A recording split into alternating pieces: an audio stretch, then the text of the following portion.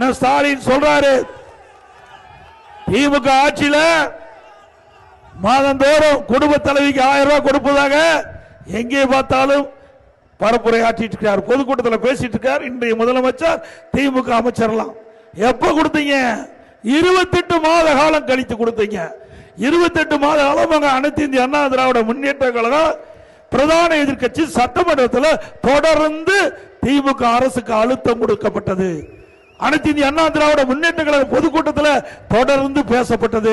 பத்திரிகை ஊடகத்தில் அறிக்கையில திராவிட முன்னேற்ற கழக தேர்தல் அறிக்கையில மாதந்தோறும் குடும்ப தலைவிக்கு 1000 ரூபாய் கொடுப்பதாக வாக்குறுதி கொடுத்து அந்த மக்களுடைய வாக்குகளை பெற்று ஆட்சிக்கு வந்த பிறகு அந்த கோரிக்கையை நிறைவேற்றவில்லை, உறுதிமொழியை நிறைவேற்றவில்லை என்று தொடர்ந்து அழுத்தம் கொடுத்தனால 28 மாதம் கழிச்சுதான் அந்த 1000 ரூபாய் கொடுத்தாங்க.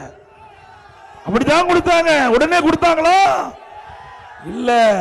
அதே போல இப்பொழுது விடுபட்டவர்கள் 30 லட்சம் பேர் கொடுப்பதாக அறிவிச்சிருக்கிறாங்க. எப்போ? 52 மாசம் கழிச்சு அடுத்த ஆண்டு தேர்தல் வர இருக்குது. இன்னும் 8 மாசம் தான் பாக்கி இருக்குது. 8 மாசத்துக்கு 8000 ரூபாய் கொடுத்து அவர்களை வாக்குகளை பெறுவதற்காக திரு ஸ்டாலின் அரசு போடுகின்ற நாடகம்